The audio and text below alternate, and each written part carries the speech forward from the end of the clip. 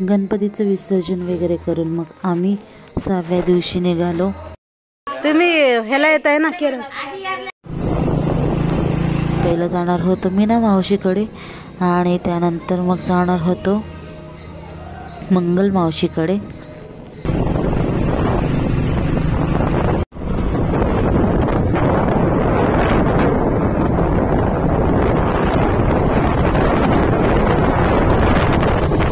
मला थोडीशी भीती वाटत होती कारण की पहिल्यांदा सुयशच्या गाडीवर बसलेले गावी आल्यानंतर, कारण की गावाकडचे रस्ते वेडीवाकडे वळणे जास्त असतात आणि तो कसं चालवेल मला माहिती नव्हतं, परंतु त्यांनी एकदम व्यवस्थित मला माडखोलपर्यंत आणलेला आहे.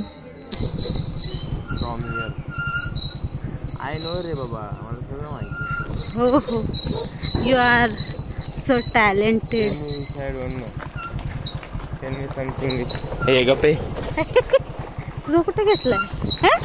लगेचच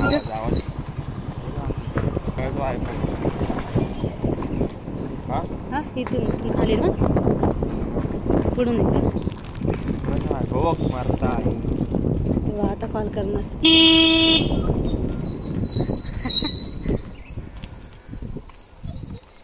आम्ही इथं आलोय तरी हा कोणासोबत बिझी आहे काय माहिती आहे बघा.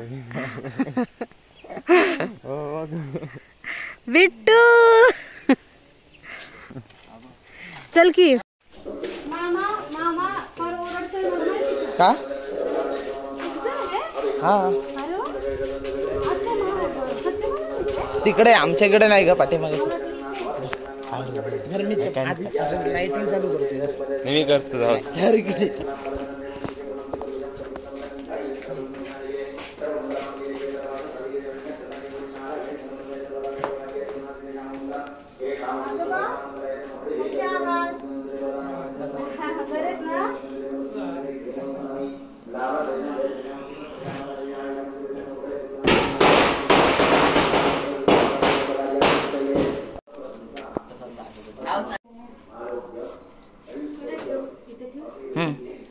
खालती ठेव, खालती नाही तर. हा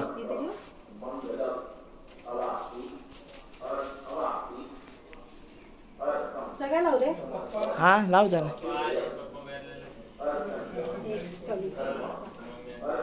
श्रीधर तू धर ना दोन लाव.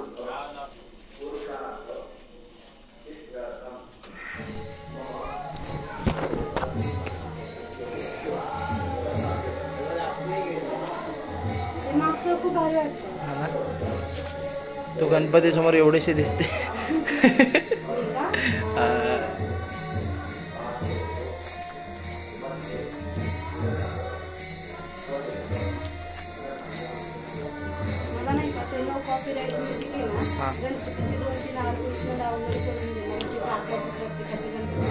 हा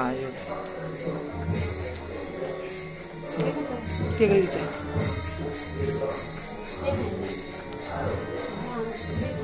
काय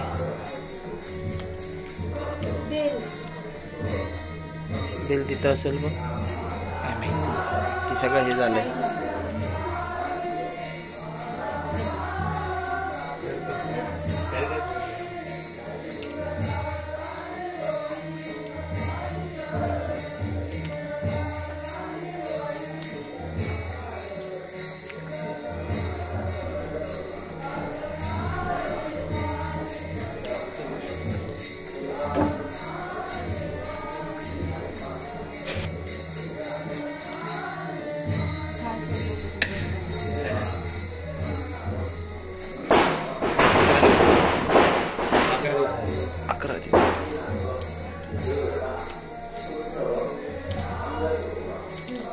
कौशलच्या गणपतीचं दर्शन वगैरे घेऊन मग मी आले अमर त्यांच्या गणपतीला पाया पडायला.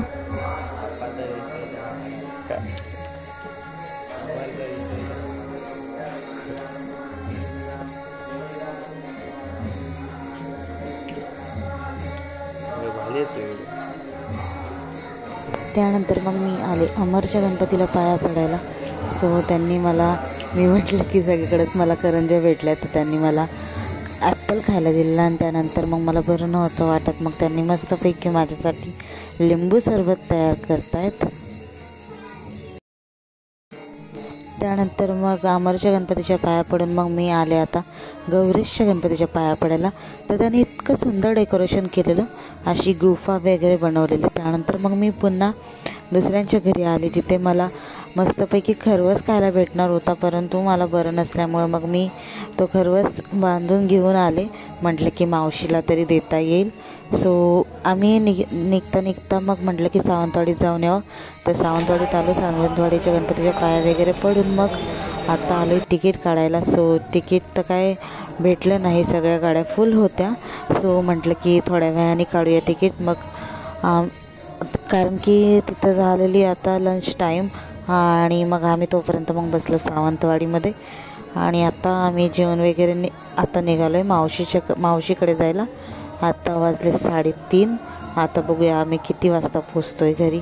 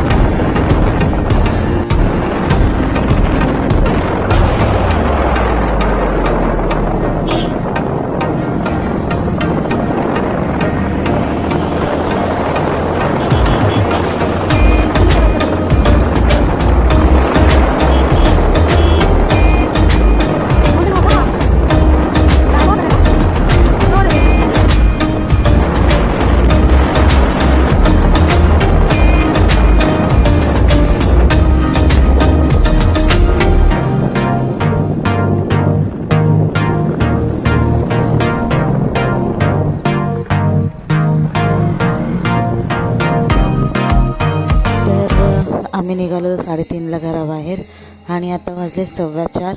सुयशने मला पाऊण तासात मावशीकडे पोहोचवलं, आणि ते पण एकदम व्यवस्थित.